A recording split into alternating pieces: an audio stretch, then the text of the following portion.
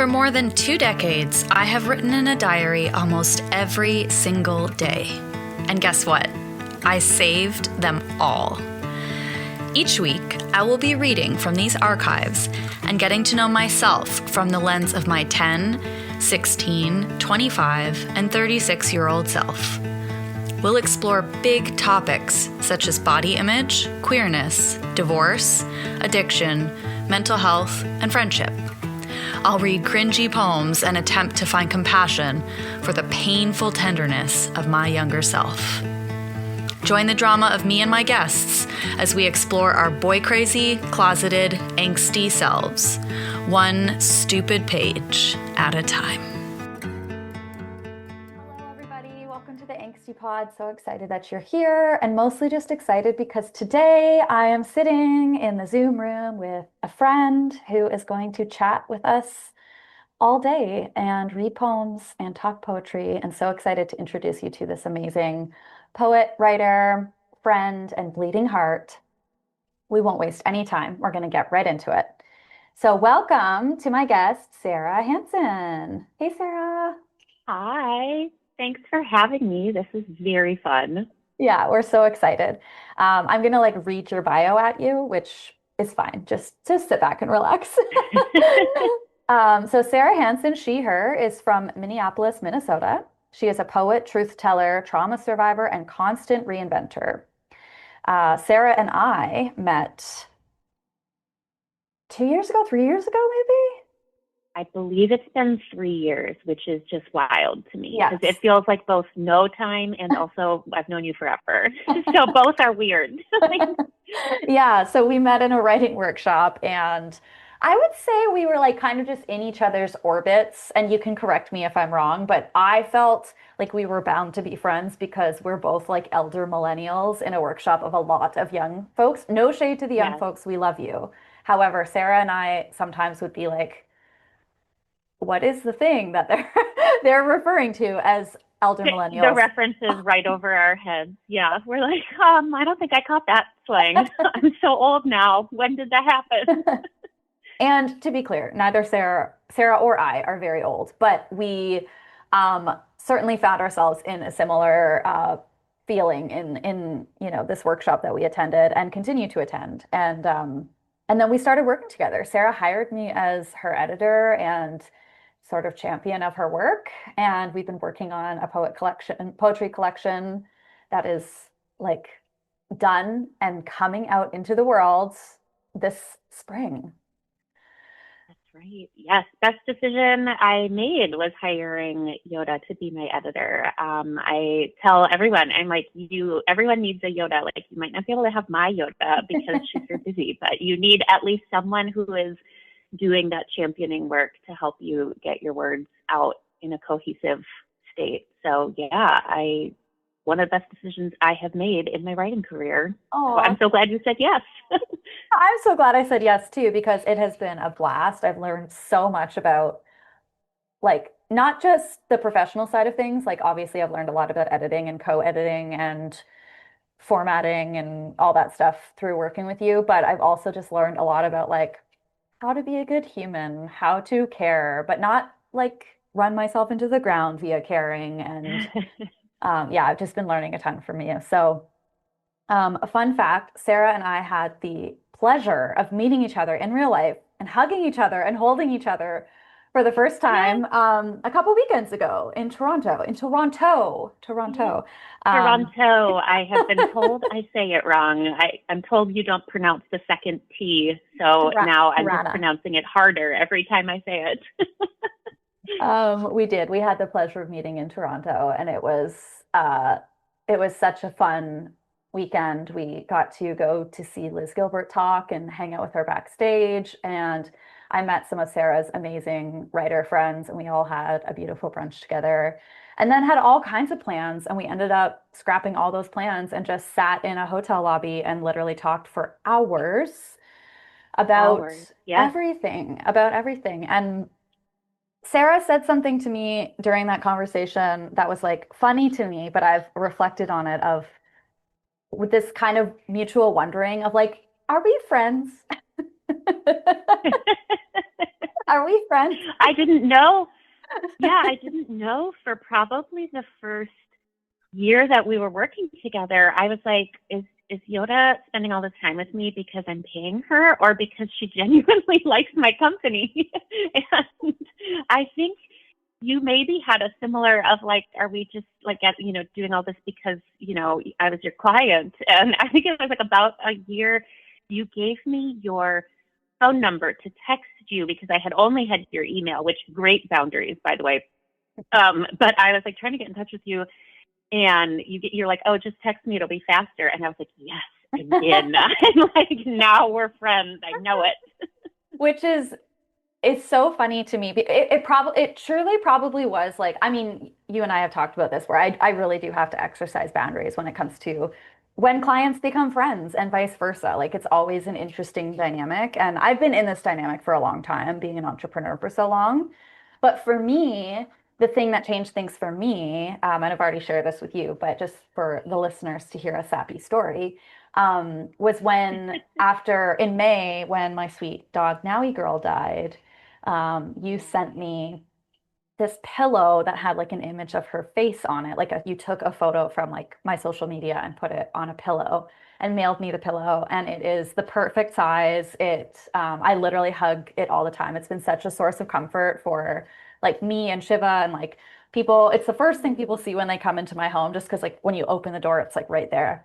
And people are always like, oh my God, where'd you get that? And I get to share the story of like, well, I have this client who is now like become a very dear friend, and like she sent me this lovely gift when my dog died, and it's just that was sort of the turning point for me. And I don't think it necessarily takes that kind of gesture to like solidify a friendship, but I think that was the thing for me that turned me for like to knowing, wow, Sarah is somebody that like I really want to have in my life no matter what, because you're just so thoughtful and you're just so careful about your like your words and your actions. And I really respect that and really admire that. So I'm just so glad that not only that we get to work together, but that we get to be friends in this life too. Yes, both are the best. Like Yeah. truly, I can't think of anyone I would rather work with, but also, and then to be like, and I really like Yoda as a human being. I think it's just amazing. Yeah, I'm thrilled. Yeah. And I'm excited to talk to you today about your past and like some just you've used the word angsty to describe some of the things that you're going to be reading. But Yes. before we Yes. get into that, I wanted to ask if there's anything you'd like to share with the listeners about your upcoming book or what you're working on. You can say no if it's not like ready for that, but No, I would love to. Yes, I have my first debut book is coming out April 28th. It is called Conjuring the Hurricane, and it writes the permission slip for women to leave the men that hate them and call it love, to leave the people that are controlling them and calling it care, to leave the life that isn't fitting anymore. And the subtitle is The Best Way to Save Your Life is Any Way You Can, because women in particular, and this is for any audience, anyone I think could resonate with it, but women in particular have been handed a narrative of such a small container to exist in, and the ways that you are even allowed to break out of that is so small and constrained that we fail by society standards anytime we break the contract of staying in a life that isn't working for us. And I wanted to just give people the permission to say, you don't have to do it that way at all. Any way you can is a good way to save your life. And it can be messy. It can be, people can point their fingers at you later. And the only thing that matters is that you saved your own life. And it's deeply personal. It's stories of how I did that in my own life and rebuilt afterwards. And I just wanted in this time in particular that we are living through to give women a way to think about their lives differently and to envision a life that feels safe and soft and livable. So I'm so excited to bring it into the world. You mentioned we saw Liz Gilbert in Toronto. She is a mentor, has become a mentor and dear friend, and I can tell the story of how I trekked across the world to like track her down a little bit later. But she writes the foreword, or nope, she writes the cover blurb for the book, and I'm so excited to be launching it, and it will go on pre-sale March 3rd, and I can't wait. What a ride. It's been, I think we've been working on this collection together 2 years, I think at least 2 years. So getting to get it out, we're almost ready to get it into the world, and I'm just so excited. Yes. So everybody mark those dates in your calendar, March 3rd for the pre-sale and April 28th for the official release. We will be partying and you can, for that whole 2-month period. Yes, we will. And you can go to my website. It's sarahhansonwrites.com. Have a look in the show notes if you guys want that link for the website. I will definitely be signing up, even though those dates are in big, bold letters on my calendar already, because I'm so excited. The countdown is on, and it has been an absolute joy to work on your collection with you. But now I want to talk about some of that just cringe-worthy writing that you did before you became the poet that you are today. And by the way, folks, that is Sarah's word, not mine. Sarah called her own work cringe. I know. I told my mom last night that I was going on a podcast with you to talk about the poetry that I had written from ages 14 to 16. And she put her glass down on the table and went, "Oh, Sarah, those were such not great years for you." And I was like, I know. And she was like, "Are you sure you want to do that?" And I was like, yeah, why not at this point? I do want to say, for anyone listening, what I will be reading today is in no way indicative of how I write as a 42. I can confirm.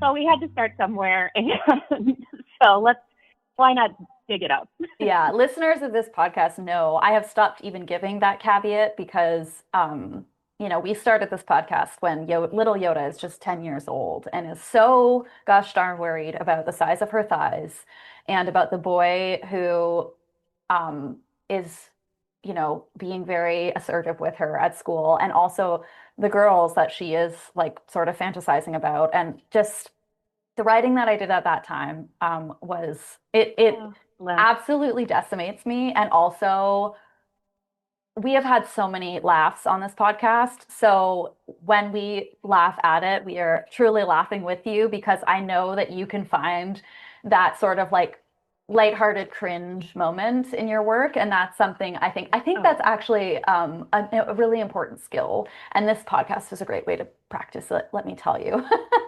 So I can only imagine. You can see Sarah's journal covers on the link attached to this episode, but we're actually going to be opening them up and reading some poetry and talking about what Sarah's life was like when she was 15, 16 years old. And I'm going to just read to you a little bit of the email that Sarah sent me to describe what is going on in these documents. So for background, these are junior to senior year of high school. So I am 15 to 16. I am deeply in love with the boy my parents hate because he wears all black and is, quote unquote, bad for me. Also, anyone who's listening to this podcast is going to have alarm bells going off, because which one of us hasn't dated a boy who wears all black and is bad? We've all been there. I'm sad and angry because my dad yells all the time, and my stepdad, who is the only father who is kind to me, is dying of cancer. But I can't say that, so I'm being dragged to therapy and highly medicated for depression. While diagnoses of PTSD and ADHD and autism are still decades away and actively being ignored by my family, because if you get good grades, they assume you're probably okay. I am 2 years younger than everyone in my grade, so I'm academically gifted, but emotionally underdeveloped. Most of what I remember from this time is feeling profoundly lonely and misunderstood. It's already so sad. Poor Sarah. No, seriously though. Like seriously though, poor Sarah. Like we say that. I just little thing. Yeah. And now tell me, the boy that you liked was wearing all black. What were you wearing? Paint us a picture of Sarah Hanson at this time. Yes. Yes. Okay. So it is it's like the late 90s. So like 98, maybe 99. I am alternating between clothes from Abercrombie that are like deeply cool at that time. That was like the place to get like your very cool girl sweaters. And like also the all black, the Converse 1-stars that I had like colored in the stars red and had like put red shoelaces in, and like these big baggy pants. And like I was all over the place just trying to figure out what I wanted to look like, what I wanted to be, where I wanted to, I was in academic classes, like high performing academic classes. I was also playing soccer, but I was also like so angsty and black and macabre and really all over the place. But yeah, she was really, the thing that I remember most are those navy suede Converse 1-stars with their red star and their red laces. And I thought this was the pinnacle of coolness. I still kind of think I should get myself a pair and like make a pair for today just to like reclaim that chapter. It's like, you were amazing. 1,000% you should get a pair for today, because those like, yeah, those are like, I don't know enough I'm not that stylish, but I'm like, I feel like those could be in today's day. I don't know. I'd like to think so. I thought they were very cool at the time. Okay, so you are sort of it sounds like you're kind of, lost in just like figuring out who you are. And obviously you're gravitating towards this boy who seems to maybe know a little bit about who he is, which is, a bad boy sounding, a little bit goth, a little bit bad boy.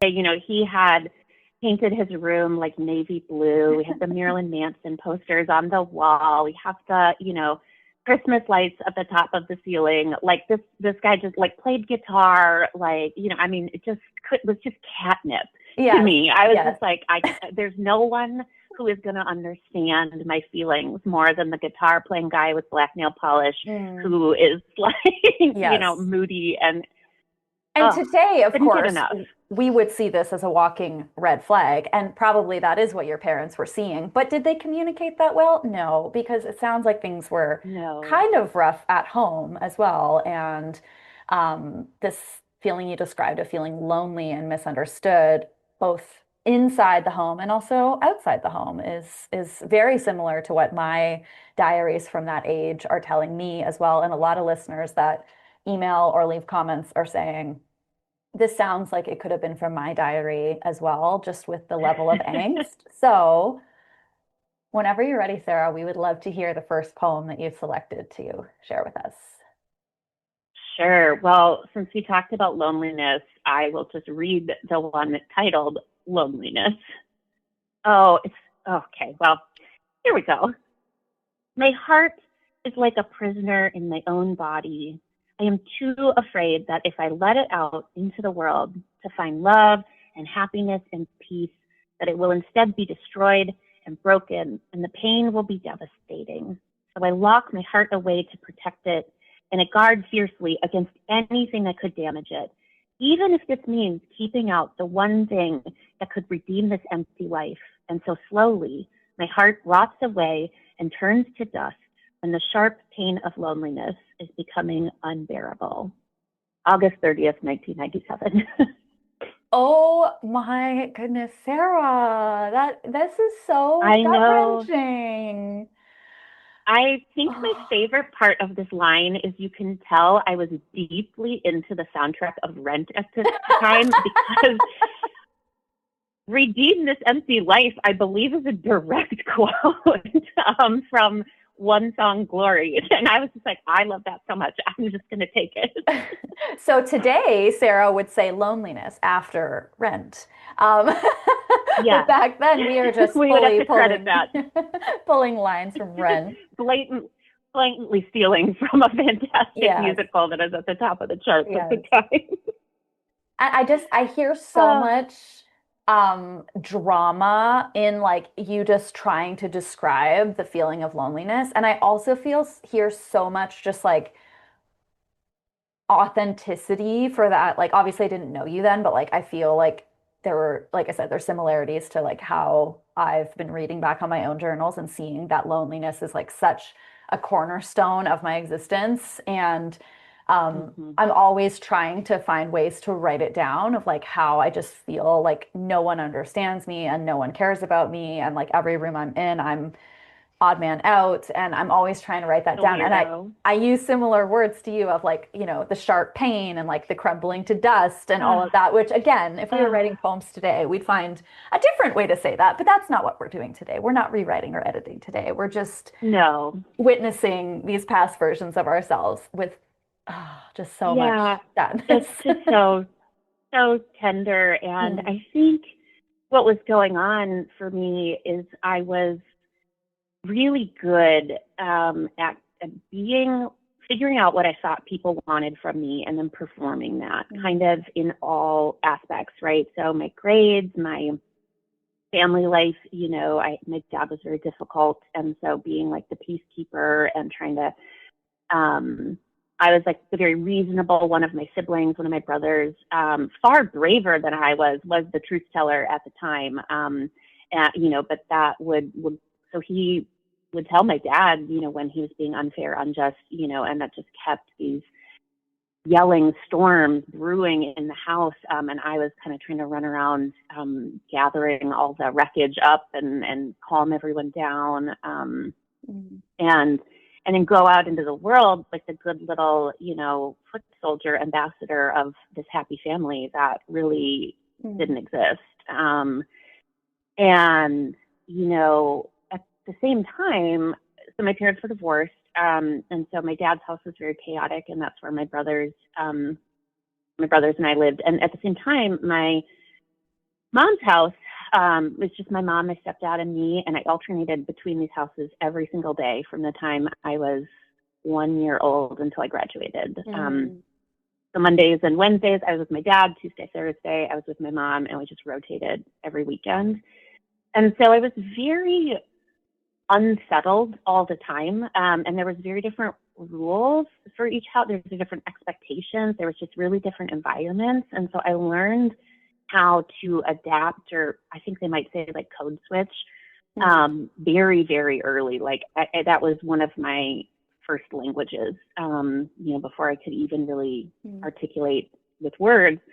And so I think what was happening is like I had no sense of who I was outside of that instability and performative piece. And I felt really angry and I felt really confused. I didn't even know how to name that I didn't like this system or dynamic that I was living in. And so I think that's where when I think about this poor, lonely, and I think the loneliness was really feeling like nobody knows who I really am. I don't even really know who I am. I don't have a space to be that safely. And to be clear, my mom we're very, very close, she's a very safe person. But at that time, my stepdad was very sick. He was diagnosed with cancer when I was 10, I think, sixth grade. And he died when I was 17. And so it was a time of, we just had a lot going on that was not necessarily my emotional development, because there was just a lot of other things going on. And so even the home that was my emotional safe landing space had its own, chaos and turmoil. And so I just felt like I was going back and forth from, coast to coast of one form of chaos to another. And it just felt so sad. I just feel so sad for her.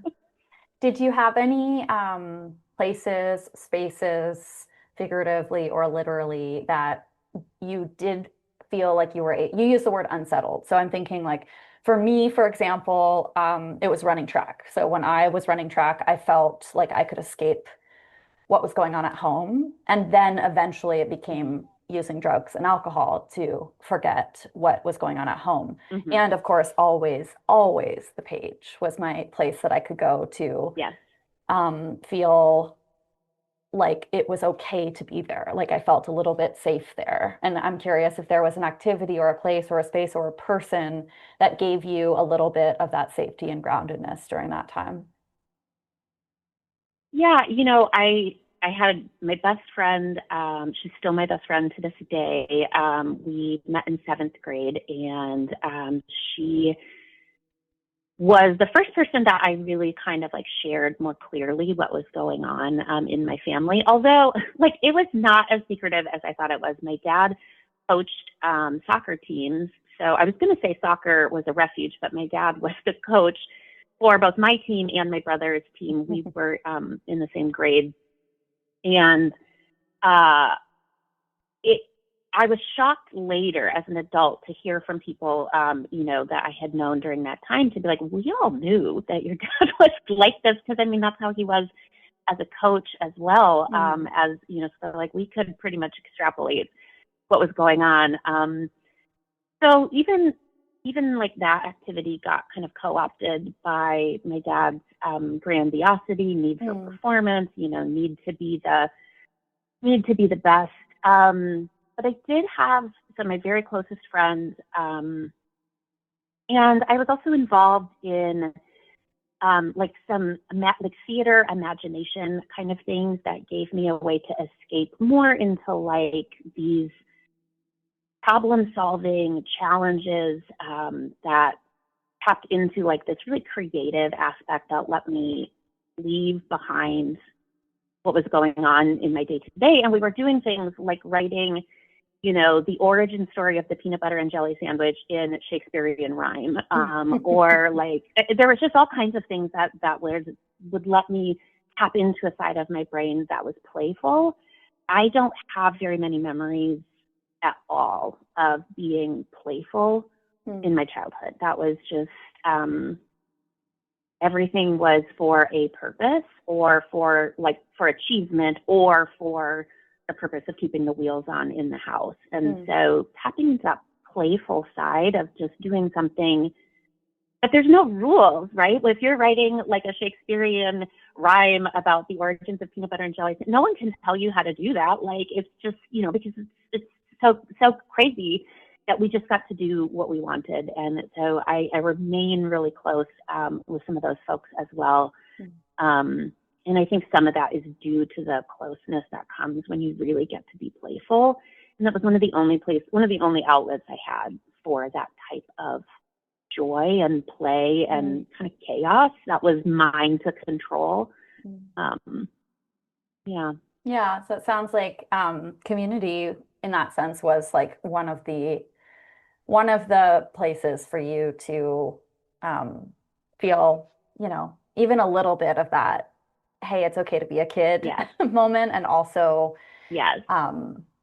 sinking into those friendships that did feel safe, or that where you could be yourself, and probably spending a lot of time at those places too. I know that was part of my MO was, anytime that I didn't have to be at home, I wouldn't be. And so, Yeah, and what is sad for me to think back on is like I was a part of those in like my junior high school years, so like 7th through 9th grade, and then when I got to high school, proper high school, I decided that wasn't very cool, and I wanted to be more cool, and so I kind of stopped participating in those spaces more in favor of like athletics and some of the other and the friends that I made later were much more difficult for me to be authentic. I mean, I really wasn't authentic with them. And so I have this grief for that I let that part of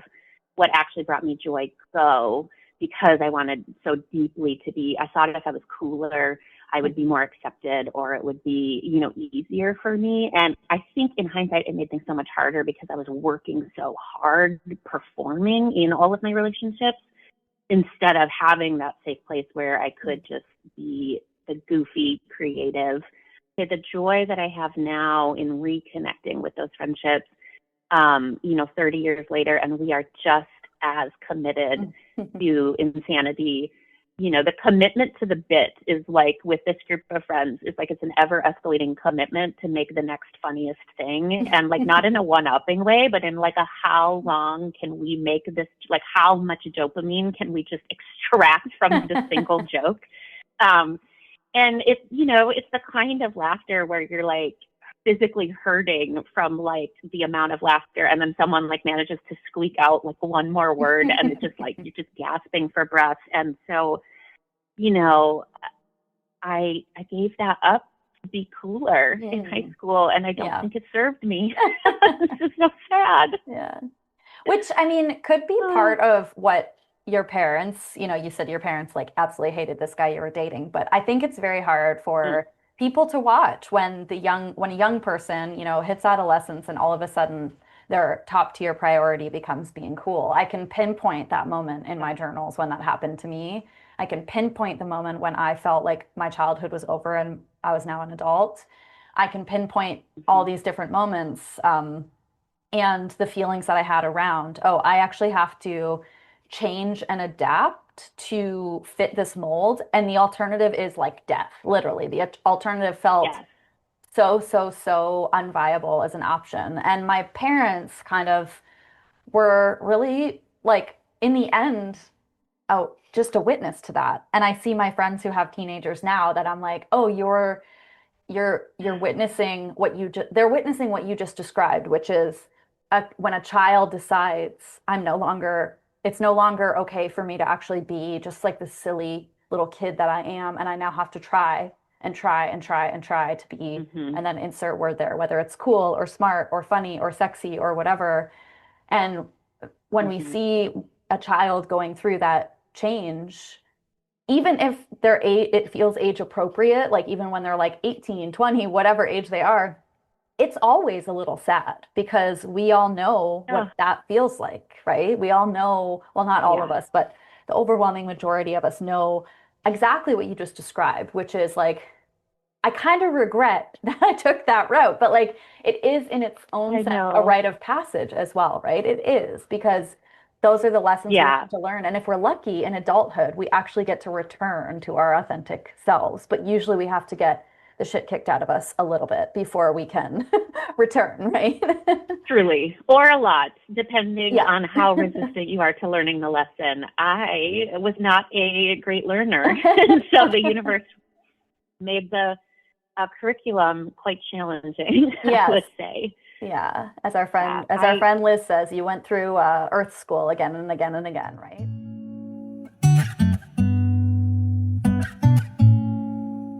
Brought me to this so dark poem, that feeling of how angry I was. I believe this is directed at my parents. That's what I don't have the context for this, but here is what was going on. It's called Dramatically Killing Me. Okay, here we go. The knife across my wrist would not hurt any more than the pain you have caused me, and the pills would let me sleep better than I have in almost 4 years. And breaking my neck by hanging myself wouldn't hurt as bad as my breaking heart, and perhaps the carbon monoxide would smell sweeter than the sickening air of this life. But I don't have to worry about how I'm going to kill myself, because you are already, even if unknowingly, doing it for me. September 26, 1997. Wow. Sarah, you're right, this is a really dark poem. Yeah. How does it feel to read that out loud? What's hard for me to know is, was I being dramatic for the page, or was this an accurate representation of how I was feeling, or something in the middle? Like, I can't quite tell or remember, because like, I think that you may have the same, like my actual memories of this time are kind of fuzzy and muddled. And so like, I rely on what is written down as sort of like, I guess this is the record of what happened. And so, like, hearing that, I'm like, I guess that is the record of how I was feeling. And part of me though is like, oh, honey, how is this? Are we dramatizing this for? But like, for who? Like, who would I have been doing that for? So I wanted in my soft way to say like, oh, I think this is being dramatic, and I think it's probably pretty accurate, which is just heartbreaking. Poor thing. And why did I know so many memes by which to kill myself? I was like, okay, let's talk about 1997. What was like the movie? Was like The Virgin Suicides out yet or whatever? Or like, I don't know. There was some sort of media that was like teaching us at that age to be like, this is how you could off yourself, which, by the way, neither Sarah or I are making light of anything related to suicidal ideation here. We're really trying to unpack the idea of wanting, you can tell me if this is what I hear, because I can see myself so much in this poem, is the desperate need and want to feel seen in any possible way that you could, and also keeping these thoughts so private and so secretive because there's a level of shame around them as well. And it's this constant push and pull of like, I want to be seen and I want to be invisible, and I want to be seen and I want to be invisible. And so I think personally it's like quite empowering to read those words now. And again, for us to be able to like have, a conversation about the idea of this dramatic sort of take on, I guess, self-harm is what we're talking about here. But it sounds like more than self-harm, you're talking about escape. You're talking about like, yes, I just want something to like change. I need something to give here, right? Yes. And I think, and it felt impossible that anything was going to change, right? Like my stepdad's dying. My dad is on steroids at the time he's on really high doses of prednisone, that they would never do now. But, so he was very volatile. And,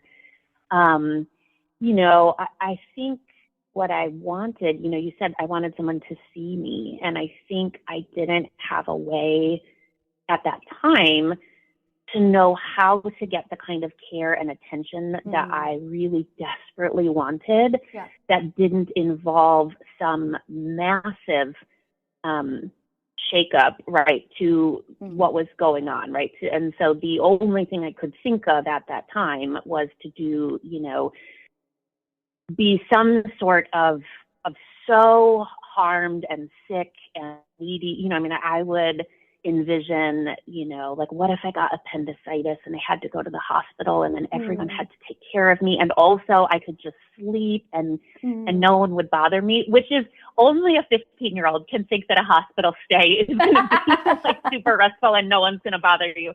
But I think it was I was just wanting anything, any kind of care and attention that would be that soft, poor Sarah, I can't believe that we've done this. We've driven her to this. I think I really wanted my family to pay attention to me in a soft, caring way that I didn't feel was what was happening.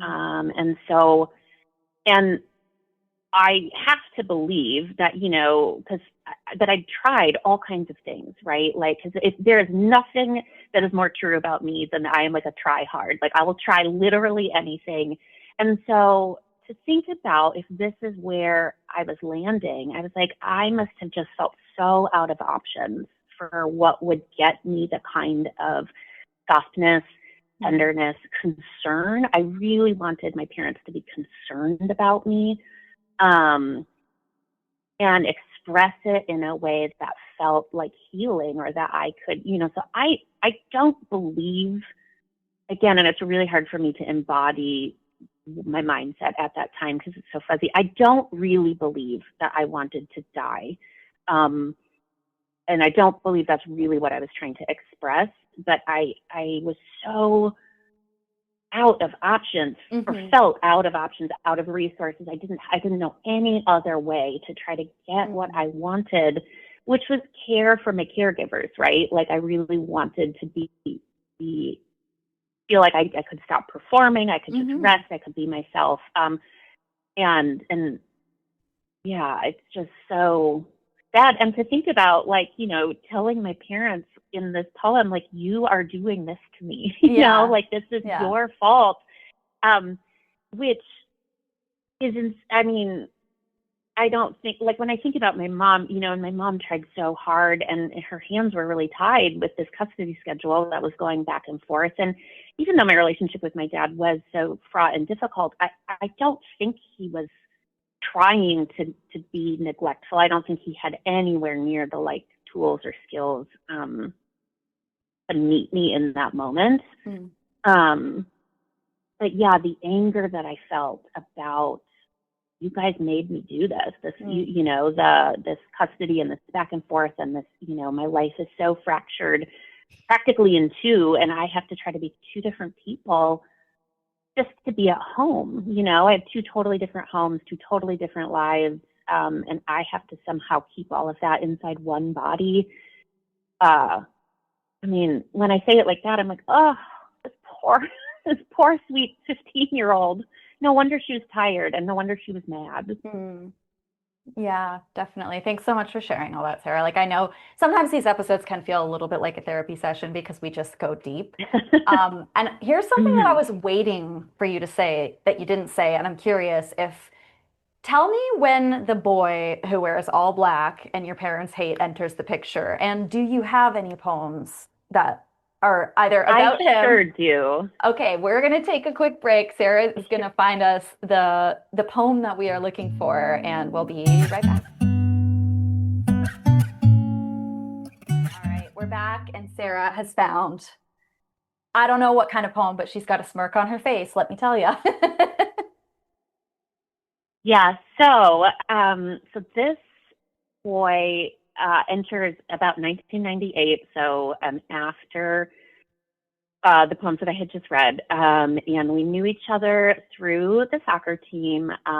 He played on my brother's team, and I was like deeply infatuated with him, in love with him, obsessed with him, and I had zero skills for how to express this or say anything to him about this. And we kind of went through this like weird on and off push pull emotional kind of a thing without any sort of like dating physical, and like it was so emotionally fraught. And I was like writing him poems on AOL Instant Messenger, like my away messages were specifically to him. You know, these like secretive ways of trying to tell him how I felt, that were like, these is blaring like notes written only to him. And so at the time, like, I guess I've been doing online writing workshops since the beginning of time, because I was on this very old, like, listserv kind of a thing where you could, like, post your poetry and then people could comment on it. And this is, like, really in the days when the internet was AOL. And I was posting under a pseudonym, but he knew that I was writing there. And so I would very often write these very, you know, what I thought were very cryptic, and listeners, they are not cryptic. So here's an example of what I thought a really subtle note sounded like at the time. This is called Circles of You. You and I go round in circles, ceaseless and never ending. They send my head reeling, real as in a movie, as in a film that captured emotions I know I never felt, but developed with a photograph that I'm holding in my hands, foreign to me, although I'm the subject, smiling a too big smile with my arms around you, and you smirking at the camera as if to mock the fraudulent happiness of this captured moment in time. You know I never smile anymore, and the last time I held you was ages ago, when our love was still a flame as in a fire, as in a blaze, like the picture crumbling to ashes, with our love at my feet, with the smoke rising upwards in smoke rings shaped like the circles that we're walking in our never-ending quest to find ourselves in each other and each other in our hearts, and our hearts still intact, unscarred by love, and still unbroken like the circle that brings me back to you. May 19th, 1998. That's actually beautiful, Sarah. That's like so, I mean, extra credit for using the word aflame. That's I think AP English, I guess. yeah. Oh my gosh, imagine like being him and just like seeing this and being like, it's about me. Oh, the lack of subtlety, and the yearning. The Like yearning, I just yeah. remember this as it's just the want that was just so settled in my chest that I was very incapable of doing anything with other than channel it into these poems and then like throw it at him like a, rock and be like, you do something with this. Yeah. Like it was just, oh, bless. And we really didn't date in like a traditional sense, right? But just this constant back and forth of like the deep, eye contact, hand holding in like, some parent's van while we're transporting to soccer. Like this just very, I don't know. It was so,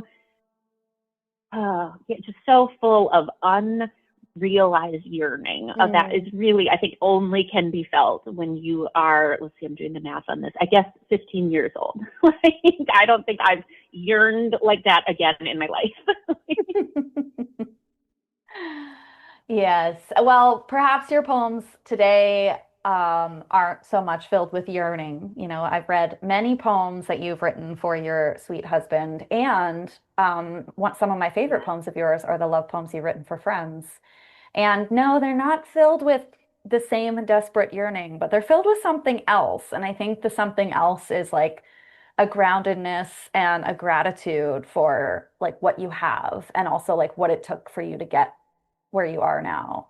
And I mean, if you were 15 and had all that, like, I think you'd be missing out on this whole, what it feels like to be truly ripped apart by your first crush. But we all need a good unrequited love story in our book of life, I think. So yeah. Oh, truly. I think what this whole thing did was teach me, in retrospect, how to be able to say the things that I wanted to say, that I was only putting on the paper at this time, and oh God, it probably took me until I was 30 to really be able to truly say these things out loud directly, to tell people how I'm feeling, things I like and don't like, stuff that I'm, mad about, do the repair work, like all these things that just were not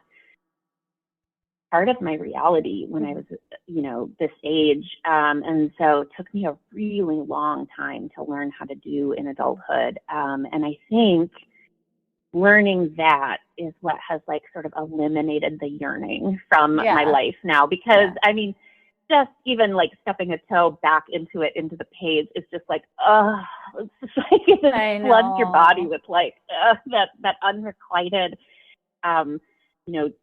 ache in your chest. And I'm like, oh, he couldn't pay me to go back. There's no amount of money that would make me want to be this age again. What resources do you have now that like you really could have used back then?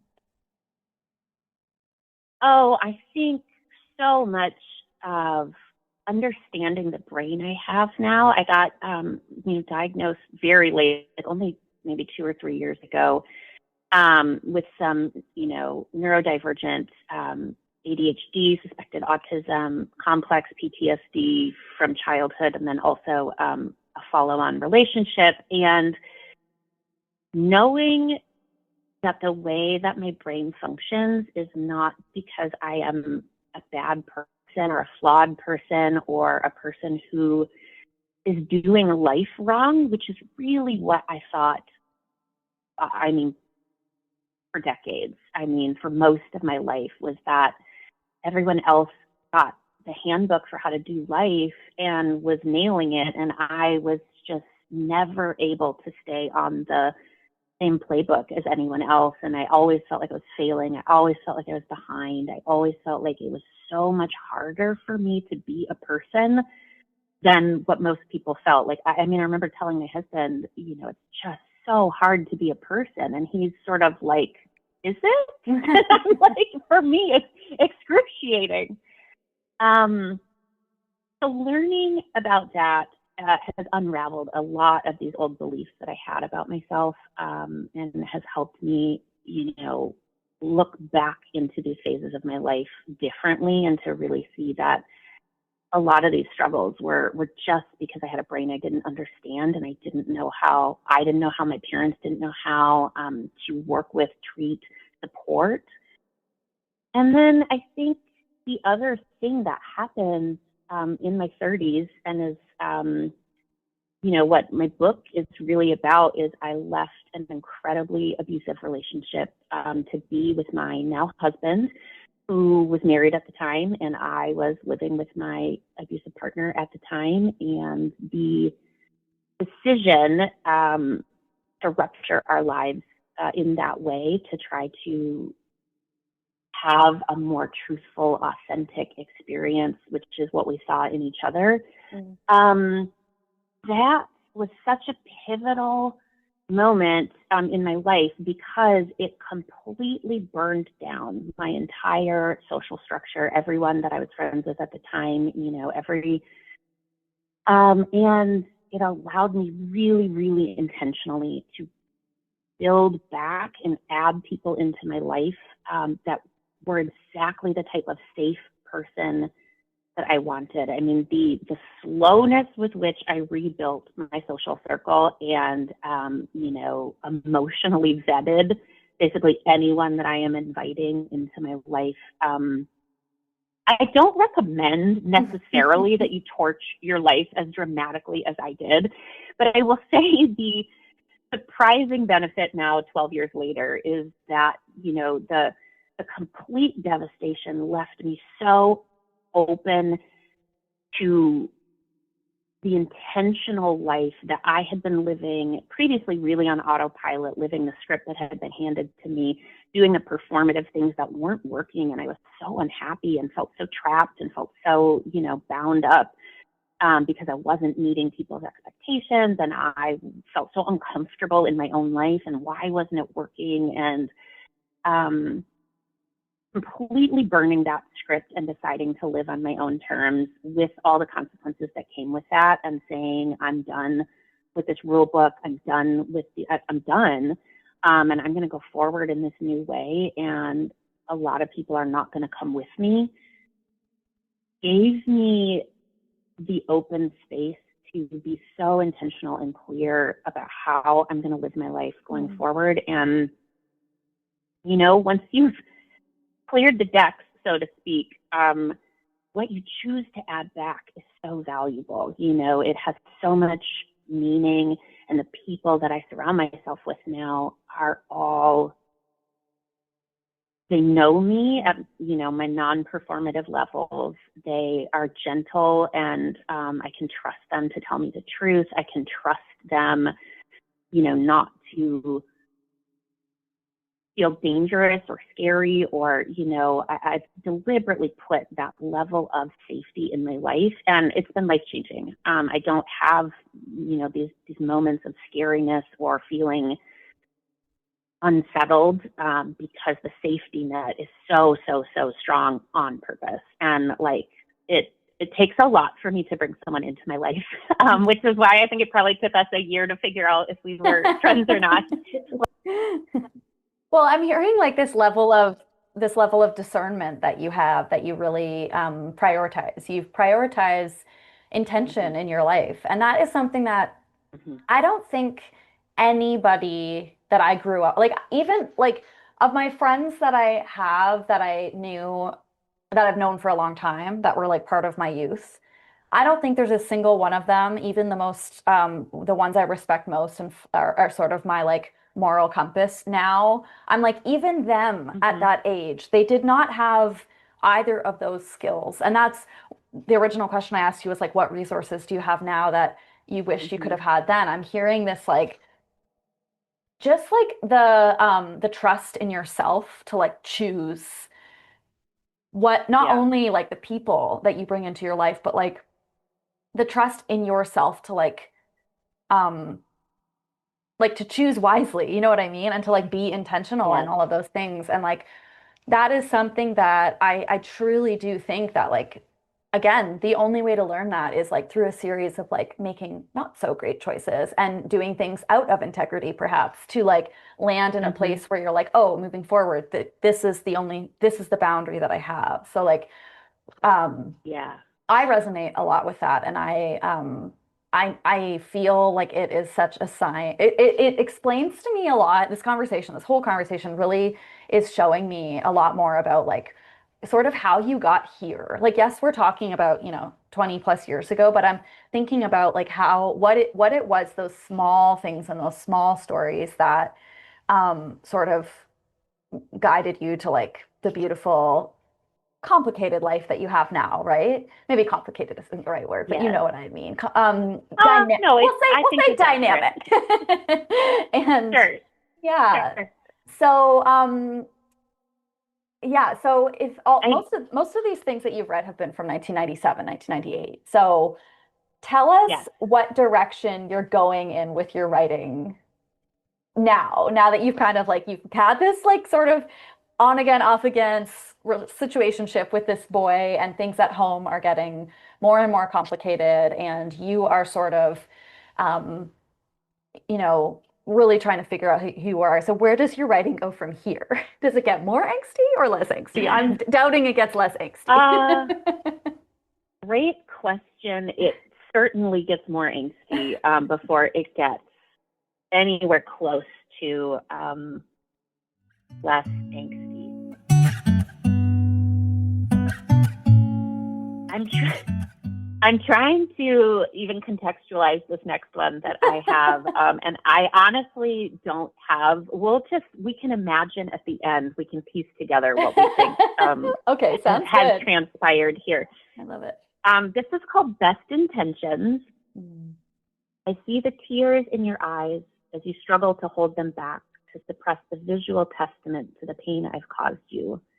And I want to reach to you and take you in my arms and tell you how it will be all right and how I never meant to hurt you, but you would only push me away, and I can't blame you. When you came close to me, I pushed you away. When you offered me love, I countered with anger and venom. I bruised your heart and wore out your patience. And you finally got smart and walked away from me. And in a crazy sort of way, I thought this would be for the best. If I could keep you from me, I could keep you pure. I could protect you from the pain that haunts my days and nights. You wouldn't see below my skin and into the depths of my heart that's filled with such anger and feel like you failed me. I meant only for the best. I did the wrong things with the best intentions, and now I can't undo the pain I've caused you. I never meant to hurt you. I love you. Series of ellipses at the end. Oh my gosh. Okay, this is for sure a breakup poem, but I think even more than that, I think it's a friendship breakup poem, no? I actually think that you might be right. So my Yeah. closest friend, that is still my closest friend, I think I would have to check with her. I believe this is probably during some sort of rift that we were experiencing, very likely probably over boys. And Classic. well, Classic. yeah, classic. And if I'm thinking about this correctly, so 1998, I think she went to my parents to talk to them about how worried she was about me. And if I'm remembering correctly, this probably sits in that space where then I was like, the only way to protect myself is to like completely withdraw. And I think what I'm trying to do on the page is explain why I'm doing that to her. Right. Like, yeah.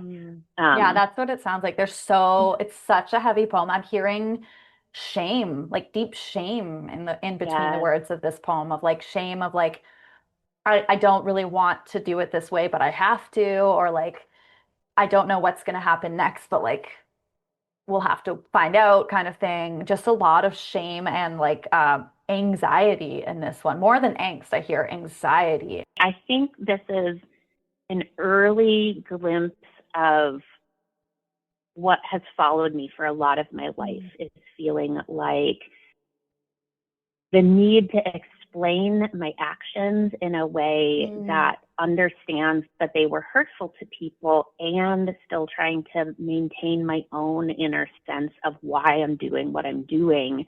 Because the golden rule that I was taught growing up is not to do anything that someone else won't like, namely my father, right? But I translated that to everyone, that the way to be safe is to make sure that you don't do anything that's ever going to make someone sad, mad, hurt, which is, of course, impossible. So what a Herculean task I gave myself as a child, to try to achieve. And I think this is the first, or an early version of me working out, what does it mean to do something that hurts or harms someone that I care about, and also feel like I don't know what else I could do in this moment. And that lesson repeats over and over and over for decades after this. That one I had to go through several times. I ran that course multiple times. Did you ever share this poem with the friend that it might be about? So adorably, she is the person that has this entire collection of, 100 some poems in a binder. She printed them all out and three hole punched them and kept them for me, and has kept them in her basement. I'm thinking, if I do the math, I think it's 25 plus years. As I was like, that is the most psycho behavior I've ever heard of. And she's like, no. She's like, that's the most best friend behavior you've ever heard of. And I was like, you know what? You're right. So how did she have the poems? Was she the one who was keeping all your journals or poetry books? So it may be the case. I have to ask her how she came into possession of this, right? Because I was putting them online in this community that was like written almost specifically for this boy, but they were also accessible. So it's unclear to me if she printed them or if I printed them, or I don't know the provenance of this collection. I don't have these. She slipped that poem in there and said nothing. She wasn't like, haha, it's about me or something. I don't know. I would have to ask her, but she kept these, and I don't have these anywhere. So if it was not for her, we would not be having this conversation.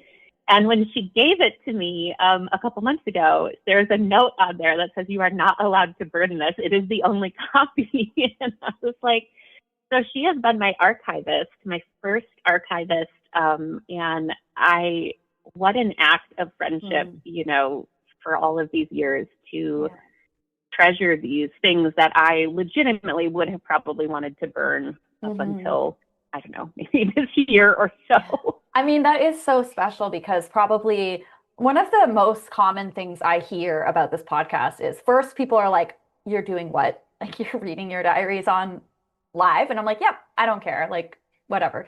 But then sure am. the second thing I hear most commonly is, oh, I just like, I just wish I would have kept mine, because so many people, I think, do kind of destroy any evidence of these like most embarrassing and most painful times of our lives. And I can certainly relate to like what I'm reading now. I'm in basically, I'm 16, 17 in the entries that I'm reading now. And it is, I can see how, I don't know what possessed me to protect these journals, but like I literally have every single one from age 10 until now. And there's something, they've moved with me in these bins to like, different countries and different homes and all of that. And for some reason, I've always felt so protective of them. And it's not because I ever was like, oh, maybe I'll have a podcast one day, but it's more like I'm the only one who, or not even me, I'm not the only one, but like this past version of me is the only one who knows like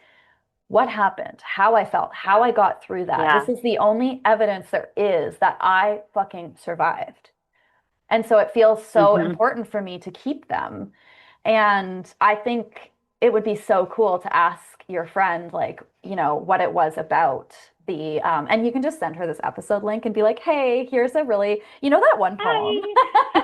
that was actually about you. And no, I'm just teasing. But no, I love that. And I love that you're right. It's such a beautiful act of friendship. Like, I literally can't think of something that would be more a nicer gift than to sort of say, hey, these are encapsulated in time now. And also, Yeah. it's the only copy. So, And yeah, I really feel like she gave my past back to me. yeah. And I don't think I would have been in a place to not want to destroy that until somewhat recently, Yep. because of the incredible amount of shame that I carried around for how imperfect and how messy. And you're right, there is something about this is the evidence that I made it. And there's no way, even if I were to light this book on fire,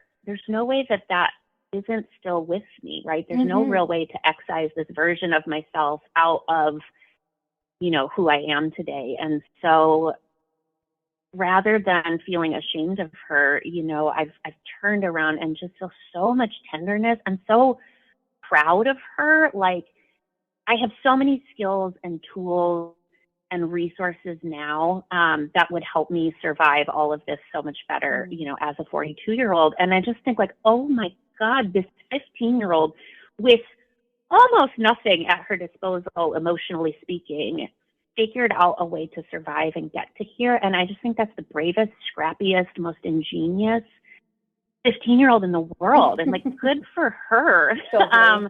And so, yeah, I don't want to throw her away anymore. I think I did for a long time because it would feel, I wouldn't have to reckon with as much shame if I could just like neatly tear out all of those pages of the story and begin life at like 30 when I finally like kind of had some things figured out and knew how to like be a little more careful and gentle in my life.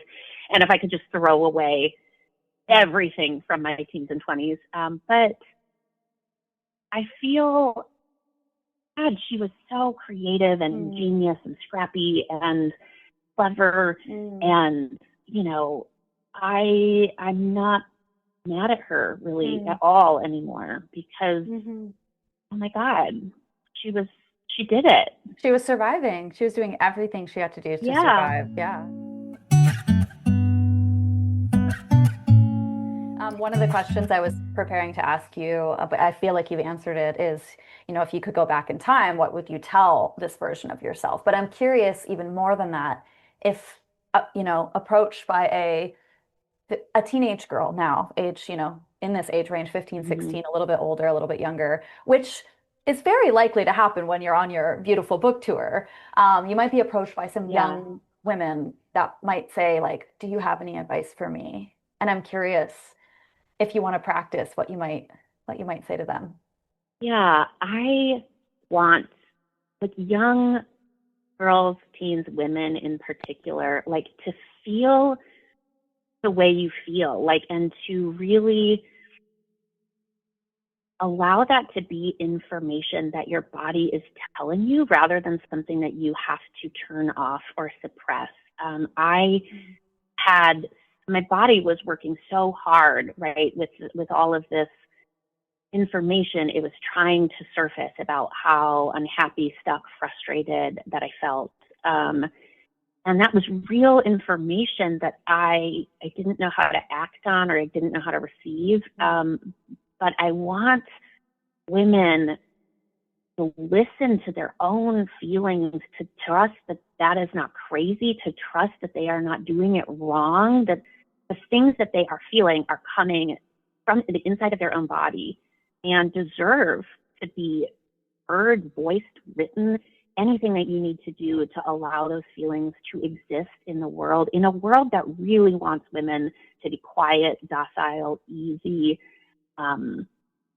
you don't have to be those things. And even if the only place that's safe for you to let those feelings exist is like on the page or, you know, in a painting or whatever the outlet is, like you really get to do that. And I really think you should do that. Like you should feel your feelings and you should allow them to exist in the world, even if it's only safe for you to let them exist for you privately, to not dismiss those, to not talk yourself out of how you're feeling, but to really allow that to be real for you, because it is. Yeah. Feel your feelings, express your feelings, trust yourself.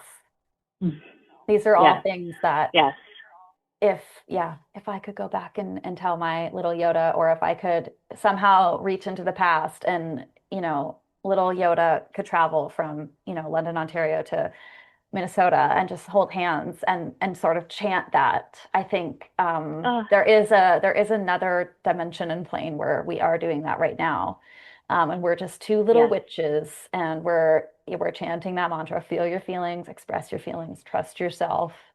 And not only this book, but anything you write in the future, because I know obviously I have the inside scoop of what you're writing next. And it does have another layer of that message, and also a little bit of fuck the patriarchy and a little bit more social justice and all of that. But I think anything you do from here on out is just you hold on to that as your center, as your core, and everything will be fine. You know, everything will be more than fine. Everything will be amazing, because that is a beautiful message that I think a lot of people need, especially people living where you live in the States, especially people who are having, you know, their rights and freedoms taken away from them, especially marginalized women, especially people of the global majority, especially Black and brown and trans folk. So I think that message is absolutely crucial now more than ever. But I mean, again, if we're talking about our past, then it was, I mean, you know, in hindsight, though, I'm sure if somebody said any of those words to me at that age, I would be like, what the fuck are you talking about? Like, I don't have feelings and I'm not going to express them except in the privacy of my journal, which 20 years from now I will read on a podcast. Right. I think there is really some wisdom in what you're saying of that. I know these things now at my current age because of all of the things that I went through. And so to go back and try to put that wisdom into 15, 16-year-old me, I don't think it would have taken root because the soil wasn't there yet. And I also think there's no way I would have fucking listened because I wasn't listening to anyone, you know? And so I am so grateful to her for learning all of those things that in some ways I feel like I can't tell her shit. Like, she's got this, like she's going to get us where we need to go, which is through the mud, you know, and like she's going to be the one that does that. And then, and then I get to come out and live this life clean on the other side. And she's the one like army crawling through, you know, the muck. And so there is a part of me that's like, I really don't have the right to tell her anything. She's got this. She's getting us where we need to go. Do you feel, I'm thinking of the phrase just because you said the word mud, I'm thinking of, you know, the Buddhist phrase, no mud, no lotus. And I'm wondering where you're at today. Maybe you're not army crawling through the mud, but do you feel like you've arrived at some destination of any kind, or are you still very, very much on the journey? I think it's both. I think what I feel now is my life does have like an in bloom quality that I think was, you know, is partially been fertilized by the compost of all the like literal shit from the last, you know, decades. And so that did become the really rich soil that has let me live how I'm living now. And I feel like I am in a place where I'm living much more honestly, much more clearly, much more in integrity and in alignment.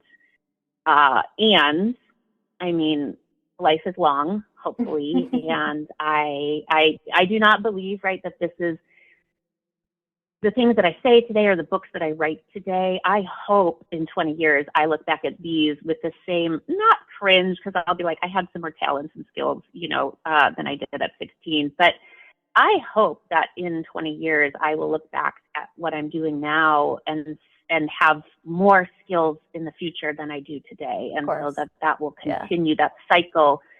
Like if you're not looking back with a little bit of embarrassment, like how much have you really grown from one decade to another, like to be like, oh gosh, I could have done that so much better. And it's like, of course I could do it so much better now. I have so many more skills now. And I hope in 20 years, I'll have even more skills and I'll look back at this and be like, oh, that was, I could do it better now. And I think that would just mean we're getting better and better and more skilled each year we go.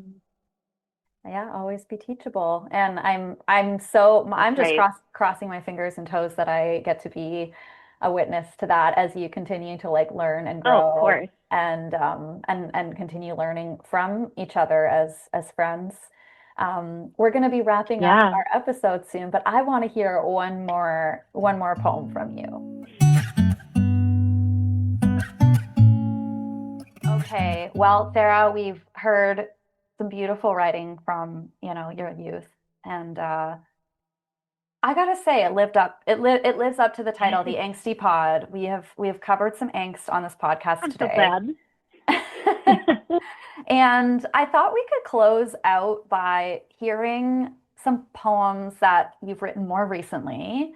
Yes. Yeah. So this is from my second book that Yoda and I are currently in the midst of, bringing to life. And this is about this time period, but written very recently. It is called Alligator's Nightclub, 1997. The silver lining to loving the world to such a mortifying degree that we all die at the end of this.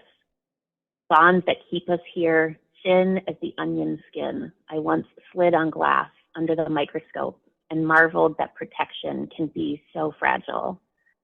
I knew it before that stranger pressed against my thigh at the sweat-fogged dance hall inside the bowling alley, before my Sarah Hanson spray-in streaks fluoresced under the neon, my cheeks a bubblegum blush flashing blue and then green in the late strobe of youth, before I knew the word for sorrow. Naivete resets the pins in your chest to strike down again and again as the news fills with obituaries for each frame of your life, an endless goodbye to the world as you had known it. The silver lining is that it ends. It always ends, continues to end. But in the middle, before the end, here we are on roller skates, our innocence stretched thin, thrust onto glass, and left out to dry. Woo! Oh my gosh, it's so good. It's been a while since I heard you read that one out loud because, that one was probably several months ago that I heard you read it out loud. And this is also the second draft. It's not the first draft, it's the second draft. So it's a much more improved version, yes. I'm sure by the time it comes into the world, it will sound different than that. But that's a really early glimpse for book 2. That's why I said second draft, not final draft, because the way Sarah and I edit together, it is such a intricate and dynamic and fascinating sort of back and forth that we have. And I really consider our process to be much more of a partnership than an editor-client relationship, which has been really lovely. Okay, Sarah, that was so beautiful. I would just love, I know I said we'd wrap up with one, but I would just love if you would read another. Will you do us the honor and read us one more poem for us, a recently written one? Yes. Okay. This is a love letter to myself from the era that we've just been talking about. Oh, so that's perfect. Yeah, so this is Ode to the Poet at 16 after Linda Hogan. You bravery of spirit, you whispered truth, quiet but no less sharp of tooth and jumbled elbows. You scuffed Doc Martens, you spray in highlights, white eyeshadow, wet and wild lip gloss stain still shiny on his mouth. You shin kicker, you frantic fury. full of wisdom, you do not yet know how to filter through kindness. You moon magic midnight, you literal goddamn genius, you so full of knowing with nowhere to put it. You who are tender but not yet gentle, angry but not yet tempered. Do not split the world with the weight of your heavy. Instead, split the moment subatomic. You are not meant to hold it all at once. The way to be held is to nestle your back up to the oak's rough, to do nothing more than listen for the soft snap announcing a leaf already falling toward you. You do not have to reach for it. You do not have to catch it or even see it. There will be another and another for every year that you are alive. You will write a poem for one of them one day. You will know which one when it arrives. Take the oak and the leaf and the caterpillar and the years through your heart again. You are the poem unfolding. Snaps! I love her so much. I love 16-year-old me with my whole heart. She is cringe and she is angry and she is frustrated and she is gonna do everything that I need from her to get me here. And I just love her. I will love her forever. And can we bring back the wet eyeshadow? Come on. That's a good look. I think, yes, what we should not bring back is the silver mascara. Did you go through that phase? I didn't go through silver, but I went through teal. I went through electric teal. And you know what? It's actually, I've seen it is having a comeback and I'm here for it. I haven't purchased any yet, but I think I might endeavor. Next time we're together in the same room, let's do a Sally Hanson spray and Wet n Wild white eyeshadow. Well, I hope the next time that we're together in real life is soon, but I know that I'm going to see you real soon because, girl, we got editing to do. And yes, we do. Yeah, so I'm so excited that you have not only shared so much of your work with us today, but so much of your heart and given our listeners, no doubt, a lot to think about, a lot to ponder on. And I'm sure building the excitement for your upcoming project and probably your next book too, because we got to hear some poems from, future works, which is really exciting. I just want listeners at any phase in their angst, wherever you are in the middle of it or afterwards, to treat that as a sacred way of being that is a temporary emotion that you don't have to rush through or hide or burn, that it is safe to revisit your past and it is safe to allow yourself to be a different version now than who you were and still carry all of those old versions with you. They don't have to be excised or thrown away for you to be a good person today. You keep all that wisdom in your own body. And so I hope you treasure yourself at 16, at 15, at 14, all of those stages. That's my hope. At 16, at 14, at 29, at 35. Oh, 30, yeah, there's been some doozies and there. May we all... Yeah, all of it. Yeah, may we all move forward and treasure all versions of ourselves. And I heard you say that whoever you are, no matter how lonely, there is a sacred way of being. And yeah, I just so appreciate you coming on, Sarah. It's been beautiful chatting with you outside of a regular Zoom time, and seeing your big smiling face is just has really friggin' made my day. I can't think of a better way to spend my day. So thank you again so much, Sarah. For all you who are listening, we are so excited to share this episode with you. If you would like to come on this podcast, Sarah said it herself, it's not as scary as you might think. And we would love to have you on as a guest. You can find me at www.doulaofwords.com, and we'll see you again soon.